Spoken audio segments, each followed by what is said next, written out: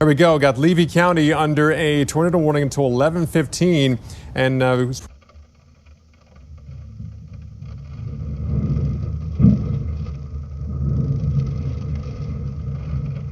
over the relatively frictionless water of the Gulf of Mexico. They hit land, and parts of them start to slow down, which creates a little shear, a little spin going on, and they quickly pop up, and they move fast as well. The entire storm is moving around 13 miles per hour, but you have some of the wind bands and some of the wind in there could be gusting well over hurricane force, so they're moving in pretty fast.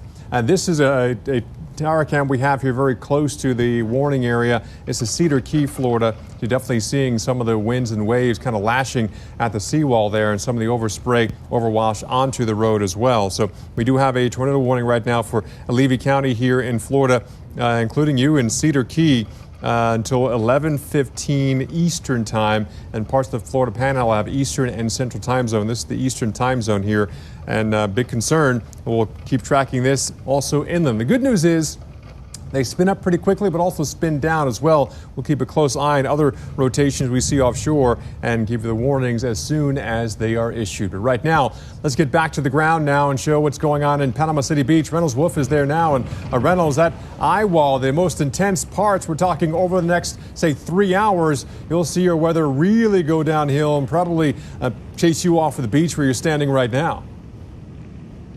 Absolutely, yeah, fully expect that. I mean, you're right. We're in the early stages of a story that's going to last for quite a while. Even when this thing moves on, we're still going to be talking about this for some time to come. The view that we have now, again, it is just a story of these waves which continue to pummel the shoreline. But not only this spot, but also in Laguna Beach, the new video that we have for you. This pops up not too far from where we happen to be, and it's more of the same, But I guarantee you, this video is not going to be long-lasting. What I mean in television parlance, we talk about video, and it's only as good until the scene changes completely, and the scene is going to change in dramatic ways. In fact, if we hold on to this video, and then we show you the scene from Laguna Beach, say in an hour, 2 hours, altogether different. All right, We've got a new advisory in from the National Hurricane Center. With that, let's send it back over to Dr. Greg Postel. Yeah, remarkably enough, Reynolds, Michael continues to intensify. The pressure now down to 928 millibars. I've said this all morning long. I've never seen a hurricane this intense, this close to the northern Gulf Coast. Not Katrina, not Opal, not anything that I can remember even close. This thing continues just right on its way to power toward the northern Gulf Coast. There is going to be tornado-like damage in that eye wall. That's where the vast majority of the wind damage is going to take place, and it is actually not that far away now from Panama City and Panama City Beach, Mexico Beach, and areas nearby. It is roughly about 40 miles offshore or so, and it is in that eye wall where the winds are going to be going up dramatically by orders of magnitude in force. So right now, Apalachicola, 41 gusts to 64. You might think, not so bad. You might think in Panama City, where Reynolds Wolf is, not so bad. Trust me, there is going to be tornadic-like wind damage right in here in that eye wall as it moves closer and closer to the coastline. It is now roughly that eye wall, say 40 miles outside of the beaches, meaning that in about 3 hours or just under that, we will start to see the conditions get immeasurably worse very, very quickly. You're going to need to shelter in place, get away from windows, in interior rooms, act like this is a tornado coming in, because that's the kind of wind speed and wind gusts we will see, one that can do damage to anything in its path. Reynolds, back to you. All right, thanks so much. Yeah, these tornadoes that form with these landfalling tropical systems, different animal than what you'll see in places like, say, North Texas or back into the Central Plains. These, as Dr. Postel mentioned, can be rain-wrapped. They can fire up very, very quickly and cause all kinds of problems. By the way, we've actually moved up off the beach. We're not going back on the beach today. Obviously, the reason why is these waves are continuing to come in. In fact, as we move away and go up to higher ground, the water is probably going to follow us. In fact, we expect that as we move forward in time. Well, this continues to move forward. The center of the system still to our southwest and rolling in our present direction. But right now, let's take you to Indian Pass, where you're seeing more of the same. Listen to this.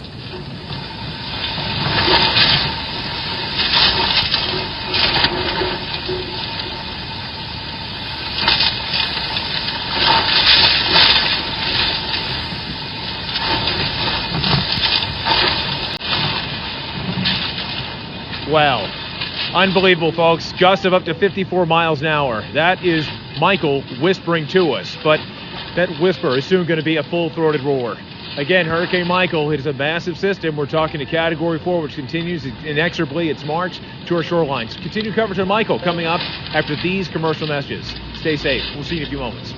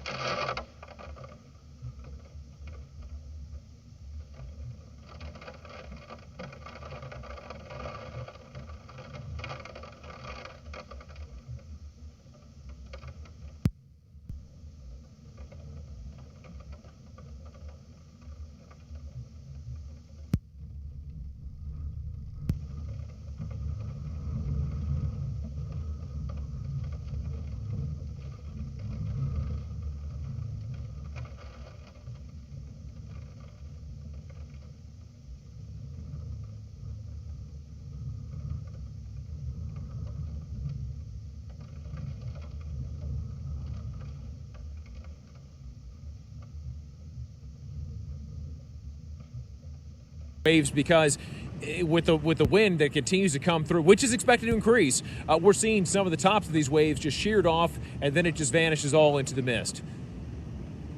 Amazing. And the waves are going to continue, and the rain is going to increase. And the thing to remember is that we've got some key threats with this system. We've got some big threats. We've got the system with the wind increasing and with the rain that's going to be falling down. The wind at Indian Pass, very quickly, let's shift gears a bit. We're going to go to Indian Pass the time being, where you see the wind. That's also going to be a spot where it's going to pick up. And with that coming through, we're going to listen to that for just a moment. Let's listen in.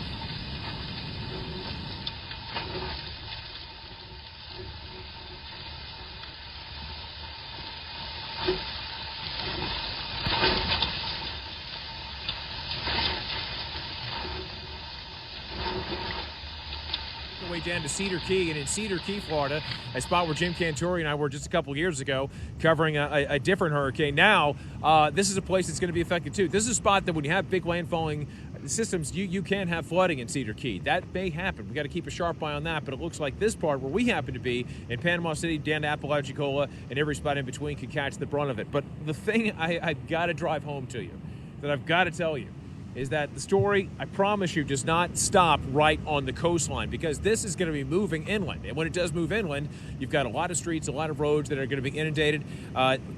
Speaking of which, let's go to Apalachicola, Florida. And that's where my pal and yours, Chris Warren, happens to be. Chris, I got to tell you, where we are, all hell is breaking loose. Can you give us the latest from Apalachicola? Yeah, it's picking up right now, Reynolds, for sure. The winds have been consistent. Now they're gusting. We're getting the strong gusts, and we're starting to see a little bit of debris flying around. So a little bit of branches, some of this action right here happening. You can see the leaves and the trees blowing around. It's initially the dead parts of the palm trees that are coming down, the typical weaker stuff. We're here on Water Street, and pretty soon Water Street is expected to be full of water. And I can say that with confidence based on what we're seeing right here. You see this water right here? So we're looking, this is grass going into what should be a boardwalk right here. But instead, the water is now coming up. And do you see the motion of this? This is the Apalachicola River flowing in the opposite direction. So the wind from Hurricane Michael is pushing water up the river. And you see now, see the water? Do you see this right here? That metal ramp. We walked yesterday, we walked down to that floating dock. Now that water has come up at least 2 or 3 feet. And we're starting to see that surge. We're starting to see the water coming up and coming into this park. The winds are picking up, gusting at times. And if you were watching us yesterday, there was a boat I was worried about that's right over here. And I'm gonna continue to watch that. It's pushed right up against the pilings. It's still in its moorage. It's still where it's supposed to be. But we're starting to see water where it's not supposed to be. And we haven't even seen the heaviest of the heavy rain, which also tends to lead to a lot of the flooding here in Apalachicola. It's the water coming out and not being able to drain, because we're essentially now at the Apalachicola River, right even with this sidewalk is the water. I'm seeing the waves here. And what else we've seen is debris floating through. And at one point, I'm not seeing as much right now. Wow. Actually, looking down the street here, totally flooded. I'll show you that coming up in just a little bit, but not too far away. We have a flooded street right here, which is this. We're here for the duration. We're gonna stay. Too dangerous to be on the roads right now. And as we've been telling you, we've been telling everybody, you need to evacuate. You need to be where you need to be yesterday. I'm getting now back undercover here a little bit, and the winds howling, blowing, and looking out over the water. It is a mess. This is a sea, which is not normally a sea. This is a river, the Apalachicola River, essentially flowing in the opposite direction, because we are looking at the strong winds, and this isn't even the worst of it yet. This water is expected to rise. We've already seen a lot of, it looks like at some point like a beach had got torn up. We saw a ton of grass going by. We saw a propane tank going by.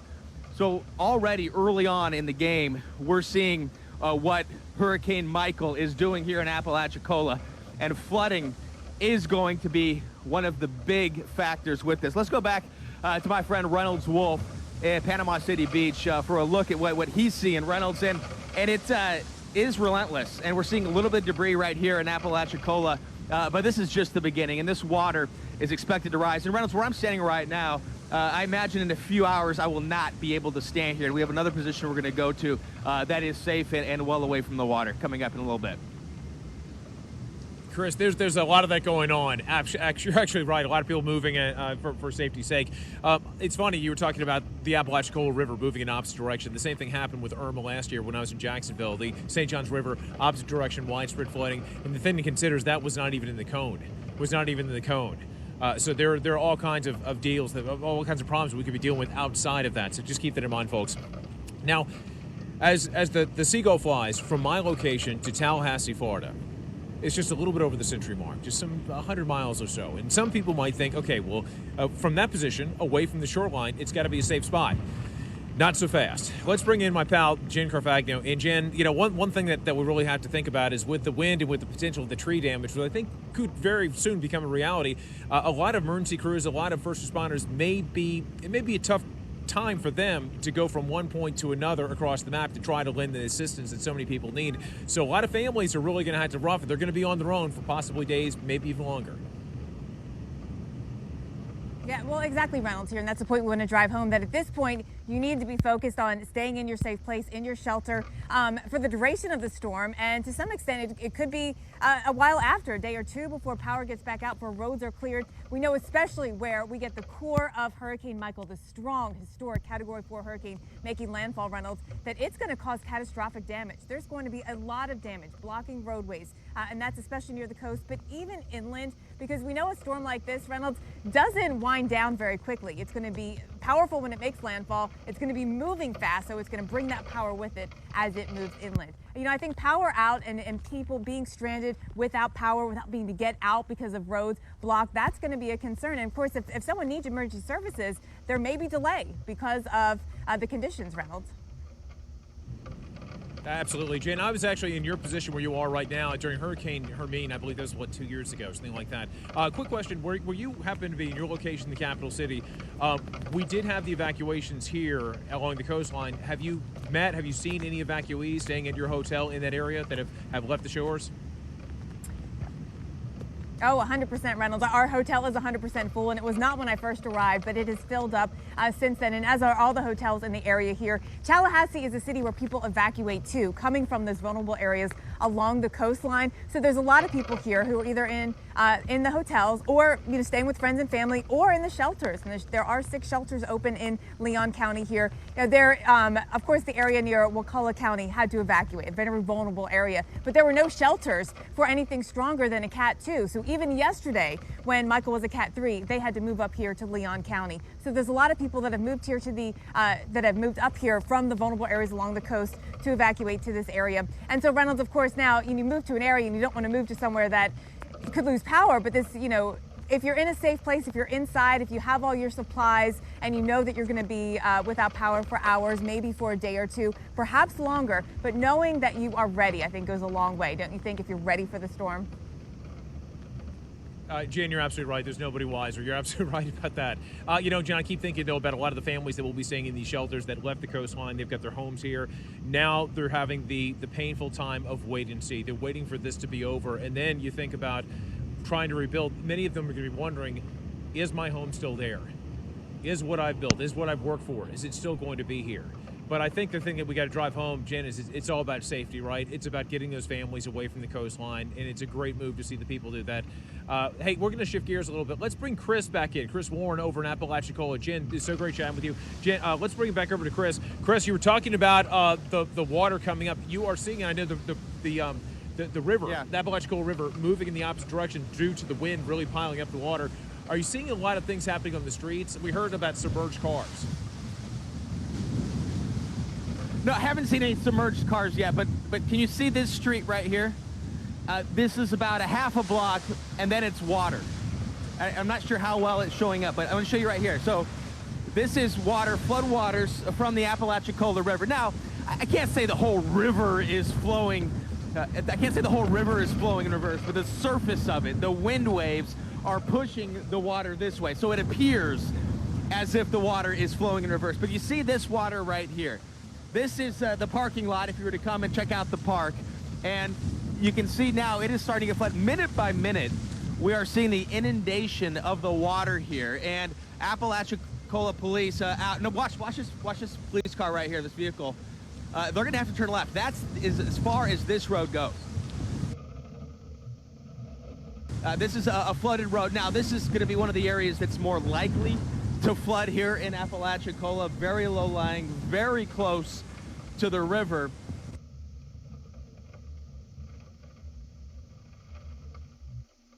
In fact, I just spoke with the police officer. I just talked to, I'm not sure if it was that police officer or another one, who said that she had just gotten a call that there was already a tree down on a house. And so she left to go check that out. So already ahead of the worst impacts from this storm, from Hurricane Michael, getting reports of trees down, or at least one tree down onto a house that the Apalachicola police was going to check out, go investigate. But this is going to be one of the big stories here.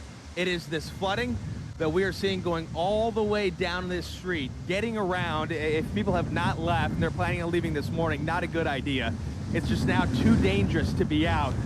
With the rain and the wind coming down, the possibility for more trees coming down all morning long, even before the wind starting gusting as strong as they are now, there have been power flashes. We still have power here. It's rather remarkable at this point here in downtown Apalachicola. Small town, quiet and quaint, old Florida, if you will, here in Apalachicola. A population a little bit more than 2,000 residents, most of which are not here. It's been more like a ghost town, and for good reason. And can you see this? Can you see how the water is being picked up by these winds? This flooded street here, Water Street here in downtown Apalachicola, right along the Apalachicola River. And I'm keeping an eye too. We have a pretty clear shot down the street. I mean, we're standing in the middle of the street, and that's a testament to the fact that this is essentially a ghost town here. You're watching for debris, and so far, the integrity of the structures that I'm seeing seem to be completely intact. It's just this consistent blowing wind and now driving the water, both the water that's falling from the sky and the water that's coming in from the Apalachicola River. And these businesses are ready. This, an art gallery of some sort. I'm told they brought all of the work upstairs, and you can see that they have four.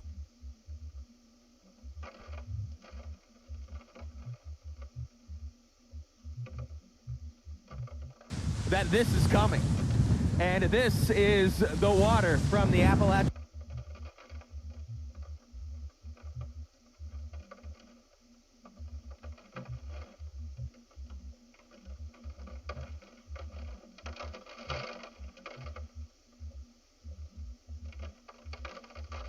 That is currently coming in from Matthew. This is the southerly direction, so the winds are coming out of the southeasterly direction from Hurricane Michael right now, and it's helping to blow in the water, blowing in the water that should be going out to the Apalachicola, out to the bay, and then eventually out to the Gulf of Mexico, but not right now. This water is coming in, and it is coming in strong.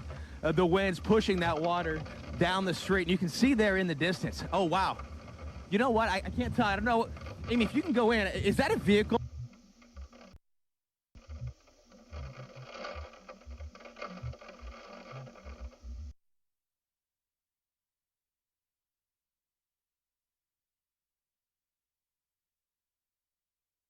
A truck. We want to go right now to Dr. Greg Postel with some breaking news. Dr. Postel.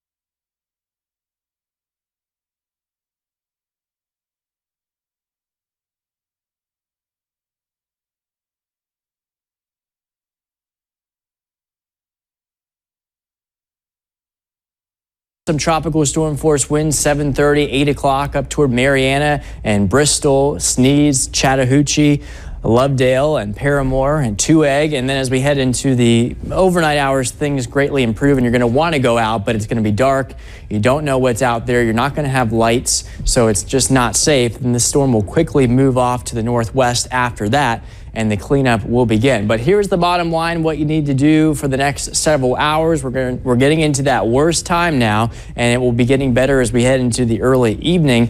You don't want to venture out into the overnight hours. Here's the radar. Just about everybody is getting some steady rain, and the conditions continue to worsen. We take a little closer look. There's the northern eye wall. You see some lightning on the northeast side, technically, and almost always. That's the strongest and worst weather noted by the rain. Also, lightning continues to show signs that the storm is still getting better organized and might be even a tad stronger by the time it makes landfall. It's at 145 now for the sustained winds. Could be 150 at landfall. Could stay the same, but the impacts will still be significant. I want to just go back to that image there and show you just how far. It's basically due south of Panama City. Can we draw like a measuring tool? Just trying to do it there from the wall, but it's about 50 miles or so from the coastline of Bay County. The worst weather, about 30 miles or so. And so things will go downhill in the next little bit. But the center, where we're talking landfalling point, is a little more than 40 miles right now from the coastline. So you do the math, and we're looking at roughly maybe 3 hours or so to landfall. Things will really be getting pretty ugly as we go into the next several hours. There's those rain bands pivoting inland as well. We're seeing tropical storm force wind gusts in this area. So the worst is still yet to come. Right now, these are sustained winds. We're at sustained 40 in Appalachia, and that's why we're seeing some of the bridge closures being announced. Again, Hathaway Bridge is closed. You shouldn't be going out anyway at this point.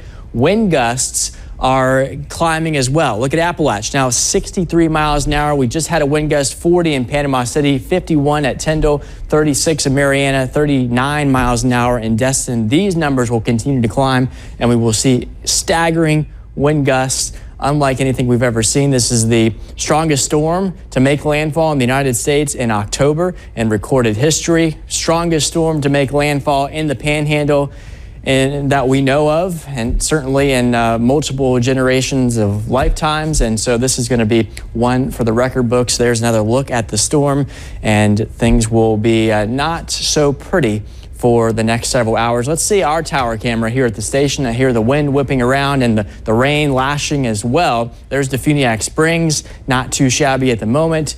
Panama City is looking like we're seeing more of those gray skies, and obviously the wind-blown conditions too. And we can see that from our tower camera. Looking east, look, you can't even see the Hathaway Bridge.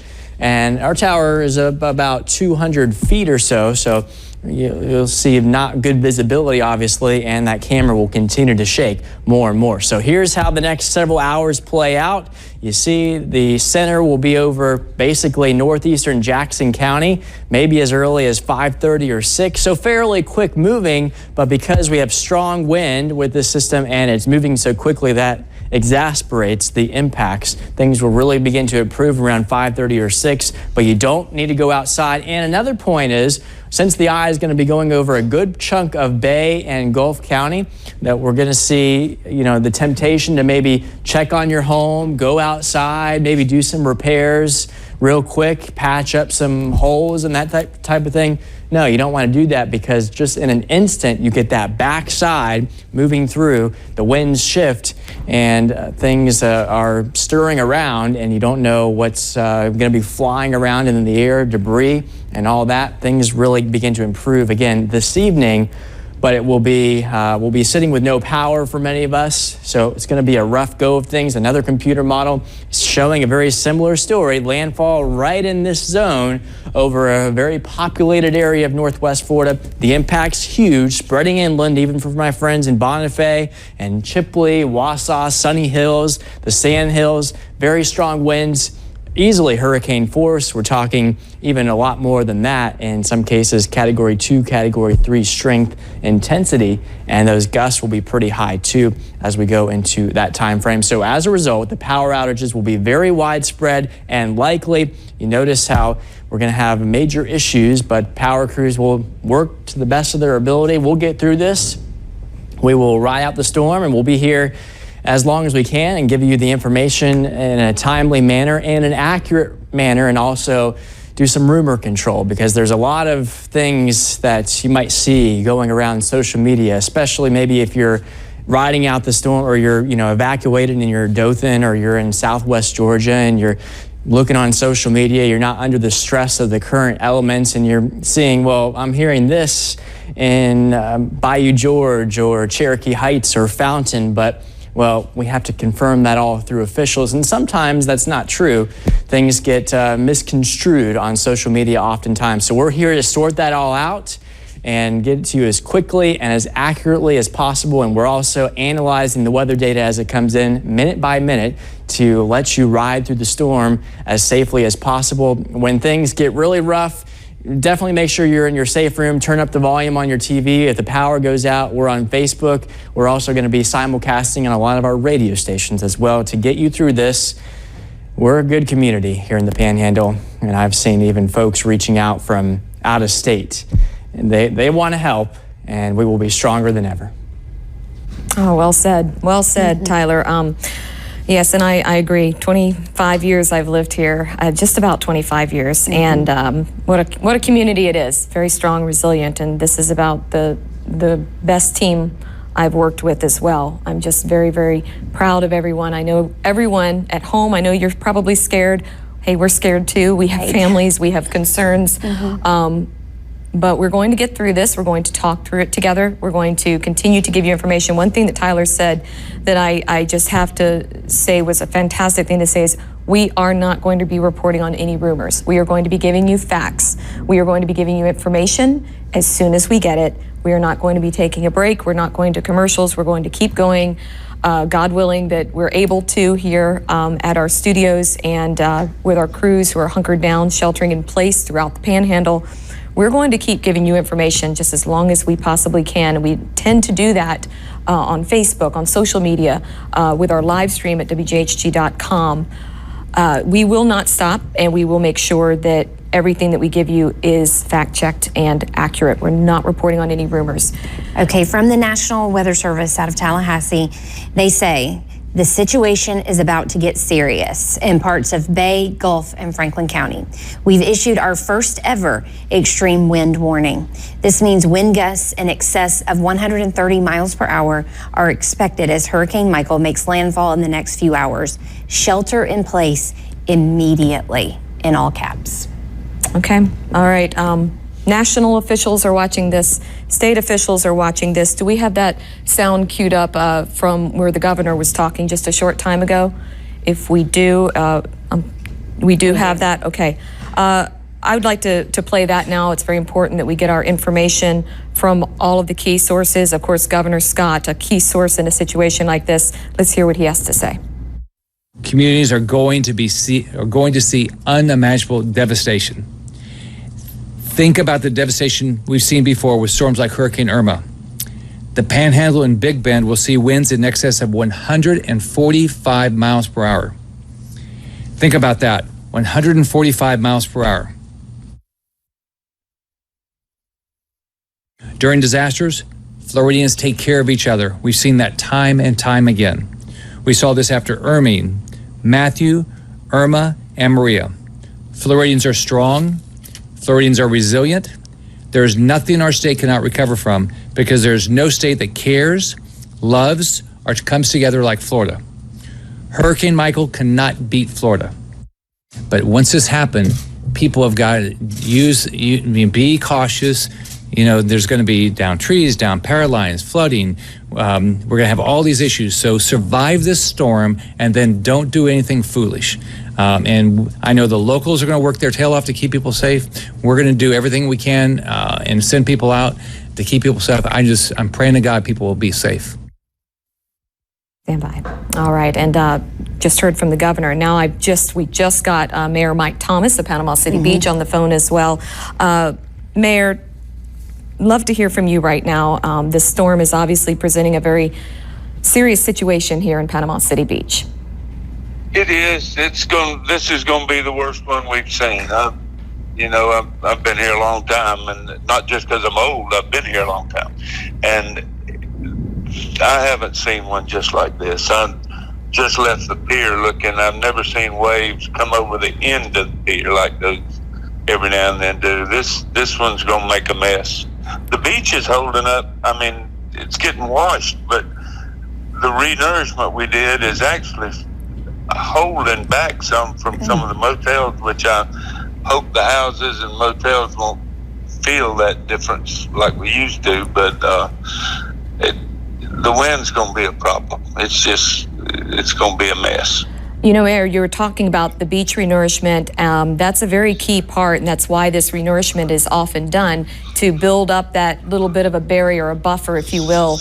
That's something that was certainly a problem, as you remember, from Hurricane Opal, because there wasn't enough in some areas. So it's good to hear that perhaps these very expensive beach renourishment projects that we've done are perhaps right now protecting the beach as much as it possibly can.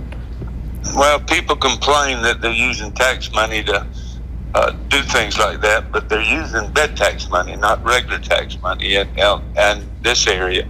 And if it mitigates some of that damage and allows people to get back open and collect more taxes, it works. The unfortunate thing is this storm is just so much stronger, it may not be enough. This one seems to be moving different than the rest we've had. And Mayor, it surprised us. And Mayor Thomas, how many resources do we have in place to kind of help after the storm passes? I know that y'all have put a plan in place for that. Can you talk a little bit about it? All of our emergency people are here at the city. They're already in the city, ready to go when things calm down. We're not going to send them out when it's bad.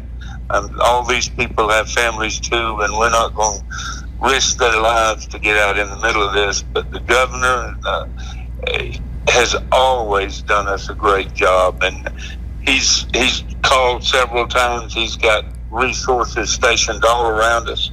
I got my wife over to a hotel west of us here up off Interstate this morning and came back, and all the way back there was just one truck after another, power trucks and different things, different utilities on the road moving this way.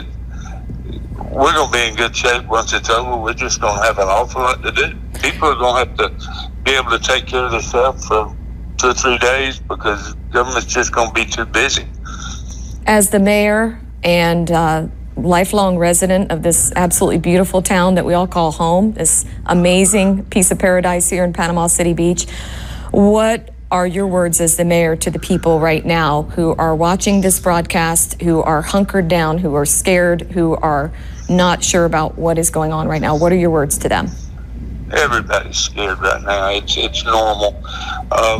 We're going to have to come up with some way to make people comfortable leaving so they'll come back. It's just, we had a holiday weekend. We were packed, and it made the evacuation that much more difficult. It scared people locally. They were afraid there wouldn't be gas away from here. But we've got to make people more comfortable to protect themselves and do what they need to do to protect their family. We're going to always have a lot of people here. You can't look like this place does and expect it not to grow and expect people not to come down here. We are a beautiful place, and tomorrow afternoon we will be a beautiful place again. I told you I was out on the edge of on the road out there looking at the pier a while ago. As ugly as it is still one of the most beautiful places I've ever been. Well, I think you would agree. We've got a pretty resilient spirit around here too. The surf is just as pretty when it's up like this as it is when it's slick. We're just mighty lucky. Sometimes you just gotta have a few problems when you look like this, and good Lord will wash off what he wants to wash off, and the rest of us will open up tomorrow afternoon. Mayor Thomas, thank you so much. Please stay safe, and please give our thanks to all of the city officials who are working so hard to keep everybody as safe as they can. They are working hard. Thank you very much. Appreciate your time this morning, and definitely the lifelong residents, people like him, saying they've never seen anything even close to this. No. So that really does put it in perspective too. You know, Donna, I moved here in 2004 when I graduated from college, and I had vacationed here as a child with my family. I only thought I would be here for a couple of years, and this community has a way of just wrapping its arms around you and bringing you in, and we realized that this is where we wanted to be, and this is where we wanted to raise our family. And it is the most resilient community that I've ever seen. And so we're gonna get through this. We are. I second that wholeheartedly. Same thing. My first time ever even being in Panama City Beach was for this job. 24 years later, here I am as a choice. This is where I made my home. I love the people of this community, and we are definitely going to get through this together. We are going to get a quick update from Okaloosa. Okay, an Okaloosa flooding update here. Okay. Our producers want us to get this out. We haven't talked recently about Okaloosa County. Obviously, there's some flooding concerns happening over that way. Yes, Okaloosa County is under mandatory evacuation order, and they've declared a state of emergency. Okay, so this is showing you flooding that's beginning on the roads. Okay, so as you can see, roads becoming impassable in many areas. The pictures you're seeing are from Okaloosa County, and that's further west from where this eye is. So consider what you're seeing now in Okaloosa County, and the impacts to the east of the eye wall is where it's supposed to be the worst. So this is actually, if you will, the good side of the storm, if there is such a thing. Oh my goodness. Gives a little bit of perspective. Okay, and Chris actually has an update for us too. Chris Smith, our chief meteorologist. Yeah, guys, the hurricane hunters continuing to fly through the storm, and basically we've been able to, the hurricane hunters have extrapolated a central pressure now of 919.9 millibars. That would be indicative of typically what you would see with a Category 5 hurricane. I have, this is the latest satellite imagery as far as the GOES 16 satellite imagery that you see right there is the eye. It's continuing to make its way up towards the coastline. Very well organized storm. Let me pull up the radar imagery, and basically you can see there's the center. The eye is right now at about 15 to 20 miles wide, and then that's going to slide up. It's now moving a little bit more east of north. So it was moving due north. Now it's, if you kind of follow here, it's kind of moving up in this general direction. So there's going to be a little wobbles in the track, but probably somewhere between Mexico Beach and Tyndall Air Force Base seems to be a good bet as to where the eye is going to pass. And when you look at that, that's almost basically fits the exact width of the eye, basically in that general area. Anywhere just west of that, just east, just north and south, that's the eye wall, and that's where you're going to find the most destructive winds as the storm moves on through. So again, we'll be looking at somewhere near Gulf and Eastern Bay counties for the landfall of this Category 4 hurricane. Now, as far as getting into the conversation about the extreme wind warning that Jessica was talking about, you can see the extreme wind warning has been issued for Panama City Beach,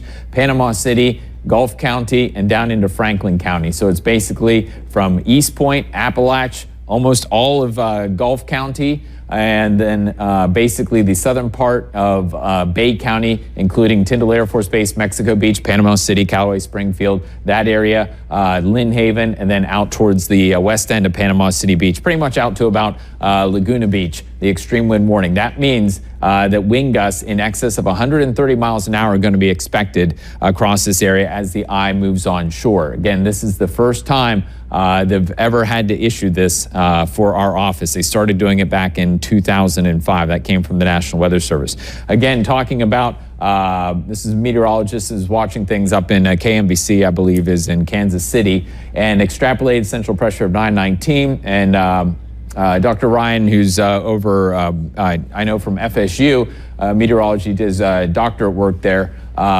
It says that typically at 920, you're going to have a Category 5, but what happens typically is the pressure drops. It takes a while for the winds to react. And so in this case, we're running out of real estate that the winds for the next advisories that we look at may not reach that Category 5 status, but the pressure is indicative of a Category 5 hurricane, what you would typically see. That's what the hurricane hunters found just a few moments ago.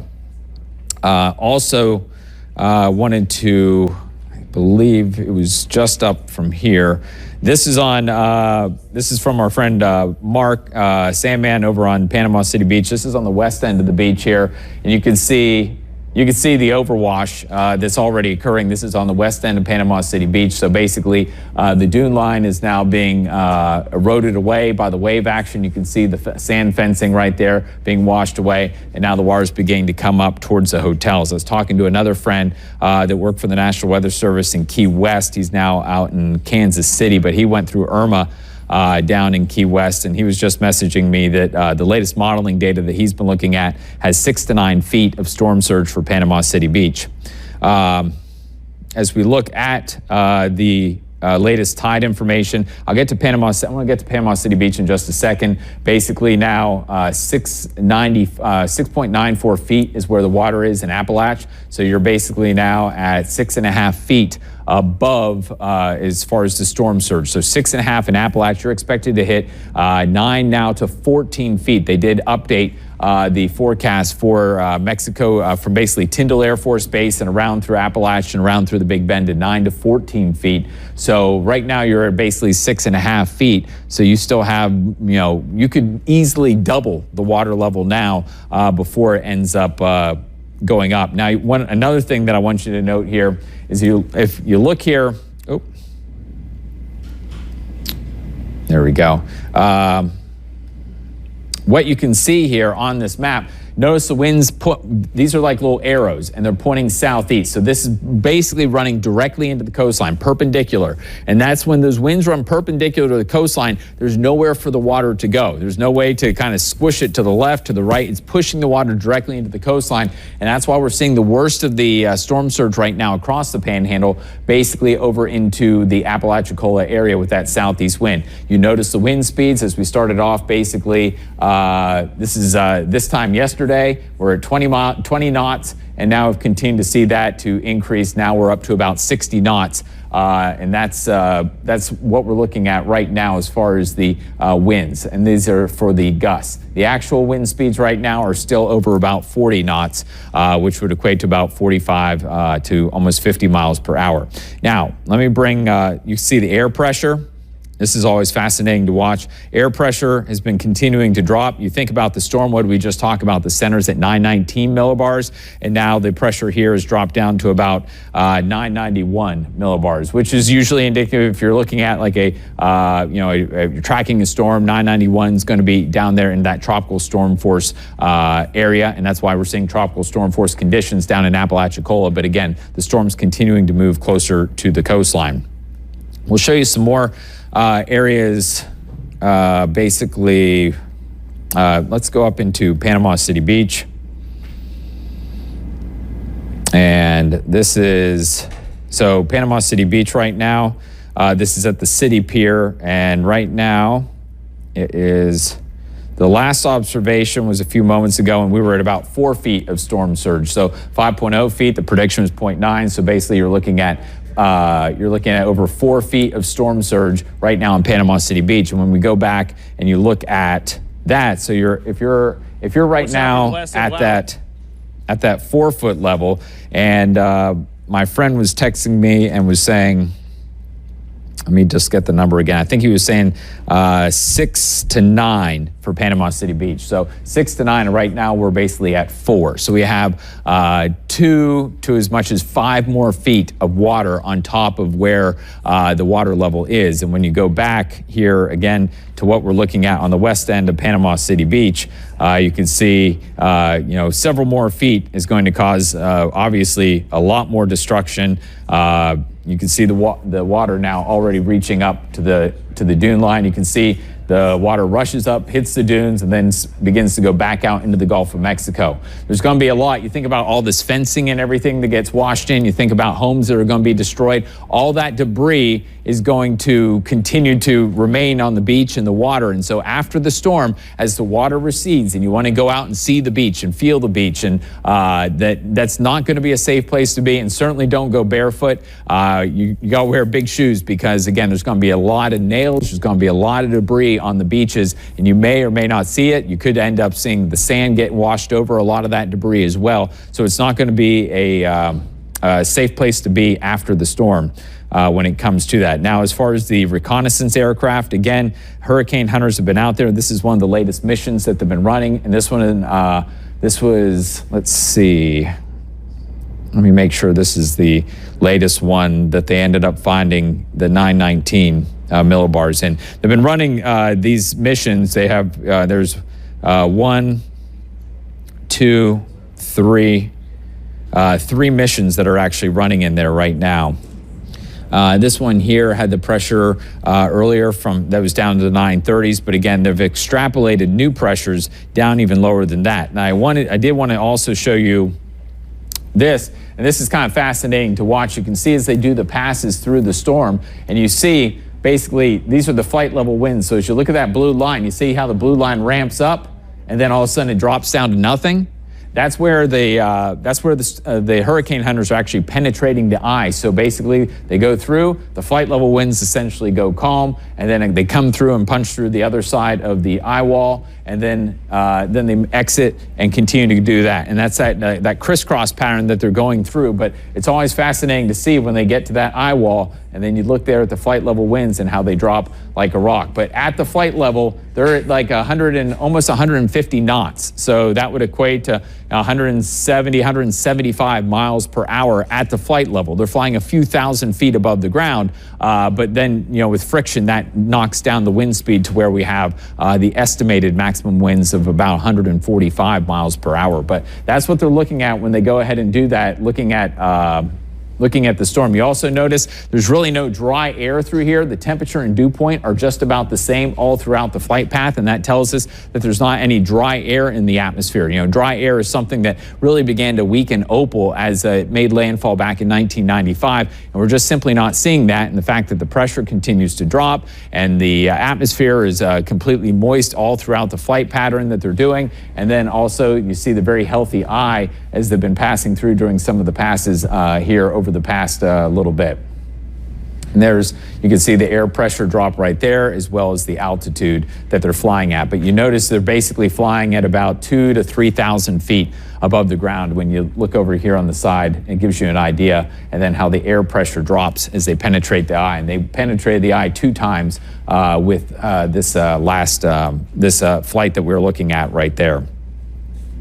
The latest forecast, again, really at this point, it's kind of just watching. We're basically looking at the radar at this point and watching it approach the coastline. Again, this is what we're thinking as far as the storm moves towards the coastline. Looking at, if we go see between Tyndall and Mexico Beach, the eye right now is about 26 miles, the eye wall there. And so that's basically 2 hours away. Conditions will go downhill incredibly within about the next hour as we start getting into some of this here. That's where some of the strongest winds are going to end up being, right through there. So then the eye is going to pass along the coastline here in about 2 hours. So within about the next hour and a half is when the worst of the conditions arrive, and then within 2 hours the eye will begin to cross the coastline, and that will put us at pretty close to, it looks like about 1 o'clock. Look, about 1 o'clock this afternoon. Tyler, are you saying is that it's up to 150? Yes. 150 miles per hour. So let's pull up the update here, and we'll show you that. So this is information on Michael. Here's the update. So here's the text coming in from the Hurricane Center. This is as of 10:30 Central Time, so this was about 15 minutes ago. Michael still strengthening as the eye nears the coast of the Florida Panhandle. Hurricane Hunter aircraft indicate the maximum sustained winds have increased to 150 miles an hour with higher gusts. The aircraft also reported the minimum pressure has fallen to 923 millibars. Apalachicola recently reported a gust of 72 miles per hour. Water levels continue to rise quickly along the coast of the Florida Panhandle. National Ocean Service water level station at Apalachicola reported over 5 feet in an inundation above ground level. And that's what I was just showing you a few moments ago. So again, to kind of recap, basically the storm is now 50 miles south-southwest of Panama City and about 55 miles west-southwest of Appalachia. Winds of 150 miles an hour. Movement is north-northeast at 15 and pressure at 923 millibars. As far as with the storm, at 150 miles an hour, it takes 157 to reach Category 5 status. So again, it would still have to go up another 7 miles an hour to reach Category 5 status, but this undoubtedly is a very strong Category 4 hurricane, Category 4 beginning there at about 130 miles an hour. So we're 20 miles per hour above that. And you look back, Hurricane Opal was a Category 3 hurricane. Hurricane Kate was a Category 2 hurricane. And this is going to make landfall in a very close to the same area that Hurricane Kate did. Only Kate was a 2, and this is going to be almost a 5. It's going to be a very strong Category 4 hurricane. So you look at Hurricane Kate and the amount of damage that we ended up seeing, especially over in that area. Now, keep in mind, that was 30 years ago, November of 1985. And think about the amount of growth that's even occurred back over Mexico Beach and Port St. Joe and Cape San Blas, and how that area was impacted. You could go back and actually find some old YouTube videos I've looked at in the past, looking at what it looked like back then and what it was like to go back through that storm. And this is going to be way, way worse. This is going to be the worst storm we've ever seen here in Northwest Florida. Now, at least in our area. Hurricane Ivan was obviously a big deal back over into the Pensacola area, but this is a Category 4. This is the real deal, and the pressure is continuing to fall. We're not seeing any indications that this storm is going to weaken at all. We're not going to get lucky with any dry air at this point. It looks like it's going to continue to stay very healthy. If you look real carefully too, in the last few moments, look at all the lightning that's now showing up in the eye wall. And again, that's another telltale sign that the storm's continuing to strengthen as it's approaching the coastline. As the updrafts, the thunderstorm activity is so intense that we're getting, usually you don't get a ton of lightning in tropical systems, but you can. And when you do, especially around the eye wall, that's a sure sign of intensification. The outer rain bands, yes, sometimes you do get some lightning in those, but again, in the eye wall, only in some of the more intense systems as they're continuing to intensify, do you get that. Right now, again, the eye is basically 26 miles or so away from the coastline. It's continuing to kind of wobble up in this general vicinity, which would put it very close to a Gulf Bay County landfall, very near Crooked Island. Mexico Beach was where Hurricane Kate made landfall in 1985, and it's going to basically make landfall in about that same exact area. Now, as you look here, the eye wall at this rate, if you moved it up here,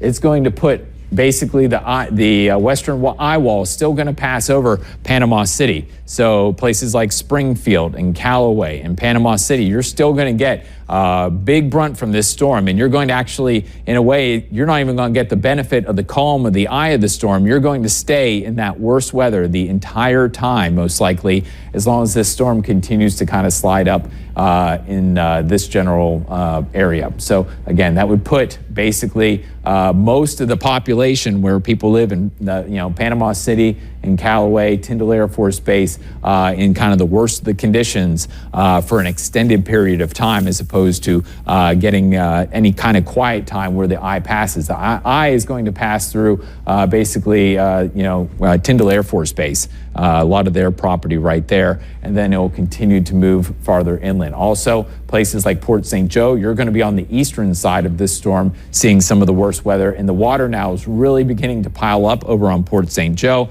And as we talked about, over into Apalachicola, where we've seen over 5 feet of an inundation, and it's only going to continue to rise. That area could see as much as 14 feet. So we could be talking about another 9 feet of water possible in downtown Apalachicola, St. George Island, obviously down towards Indian Pass, towards the Raw Bar there. That area is going to be completely underwater. The road that goes out to Indian Pass there, that was underwater with Alberto, and Alberto, obviously was not not really a storm of much significance. So obviously, with that road is going to go underwater, and the raw bar there at the intersection isn't a whole lot higher in elevation than that. Okay, we're going to send it now over to the EOC. Scott and Paris are up there to give us some more information on that end. All right, yeah, thanks a lot, Chris. A lot going on here, of course, at the Bay County EOC, where they have been hard at work all through the night and this morning. And they've given us a book of some things, actually, of information that we can give to you folks right now. We're just a few minutes away, though, from a very important press conference at 11. We will bring you that live. But Scott and I just kind of wanted to go over a few things with you, including, now, we don't want to look too far ahead, but, you know, the storm is going to pass. And people are going to start saying, well, when can I go home? Well, there's a hotline that you can call. It's the Citizens Information Hotline. The number is, of course, 850 area code, and it is 248-6090. And that's the same number that they have been giving out, but you can contact that number, and then you can find out when it might be safe and when you might be able to come back, among other things. Well, more immediately now, the folks here at the EOC, the Emergency Operations Center in Bay County, we're in Southport. They are finishing up a meeting with state and federal officials. So at the end of that meeting, they're going to emerge and they're going to brief us at the top of the hour at 11 o'clock. We just got like a 5-minute warning. And like Paris said, they handed us this handout that has the kind of questions that are going to be answered first and foremost in this meeting. Things like at this time, Hurricane Michael is a Category 4 storm that could strengthen. Landfall is expected around noon. Our first responders still active at this time. All Bay County EMS, Bay County Fire Rescue, PCB Fire Rescue services are suspended. It is no longer safe for them to operate. Panama City Fire is currently responding to life-threatening calls within the Panama City limits only.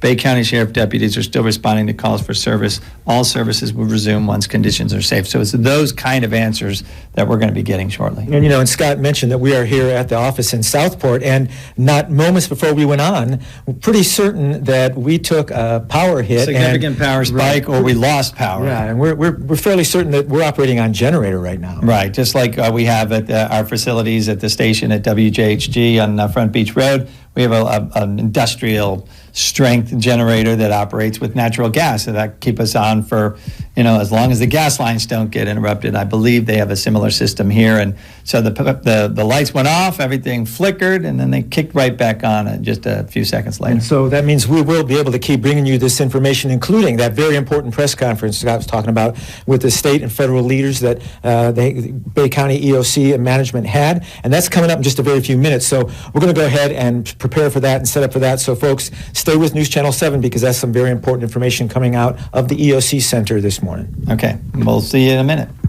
All right, they're going to have that press conference in just under 10 minutes, so we will be heading back over there right now.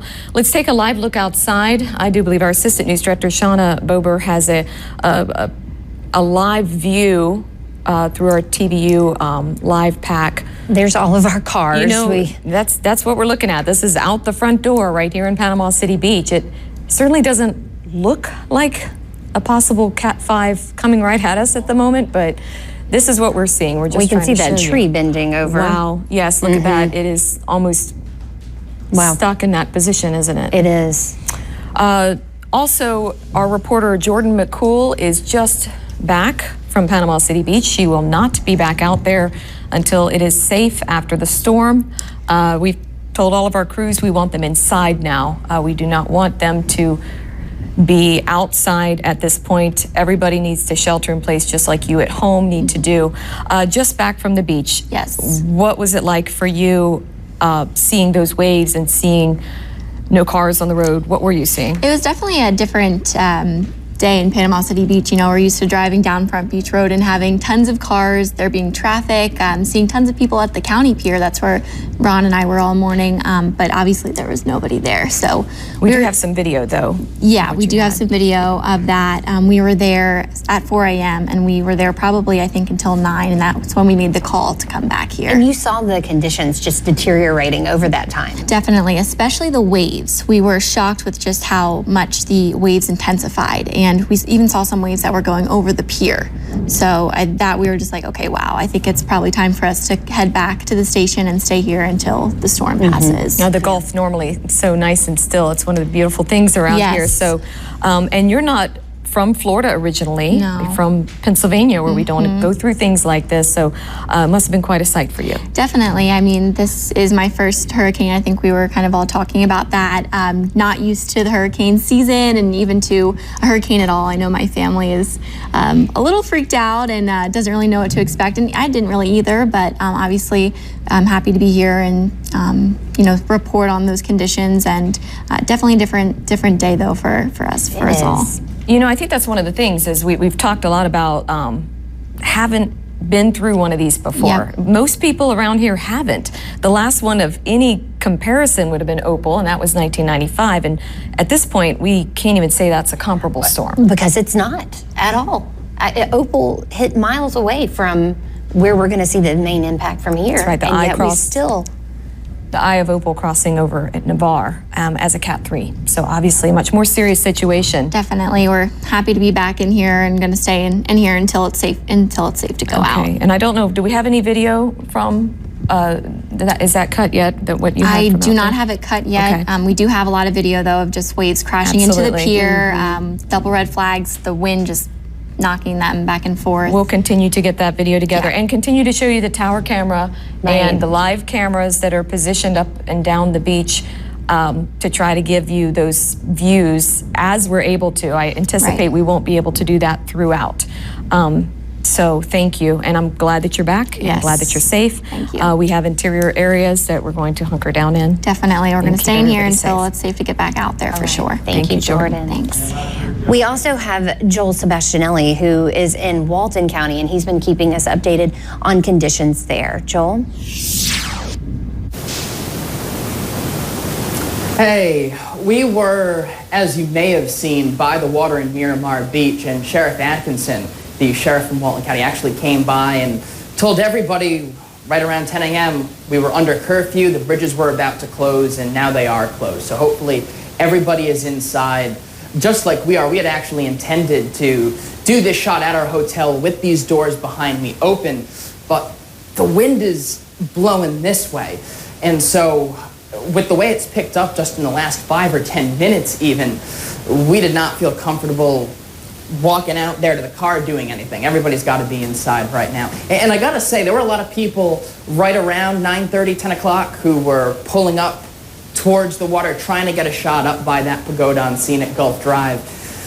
And got the picture, but I wasn't that impressed. You know, I don't really know what I expected from the waves. They were big, but like if you've ever been out in California, that's just the way they are.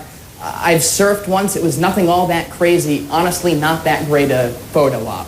So to quote Sheriff Atkinson, hopefully we can all be inside now and stay inside and not be part of the problem, because it is starting to get dicey out here. The bridges are closed. I don't know if I said that already, so there is no reason for any of us, ourselves included, to be outside.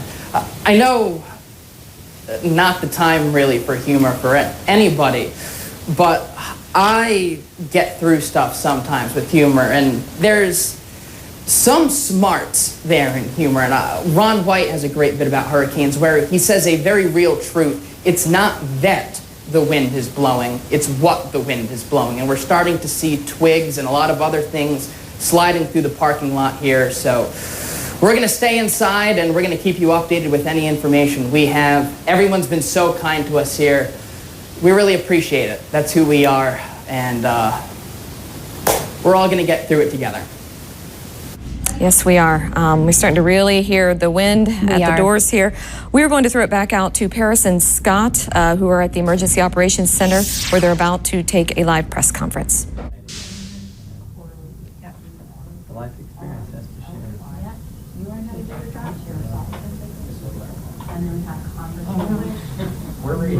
Okay, we'll go to that in just a moment. Obviously not quite ready. Island 106 is a radio station located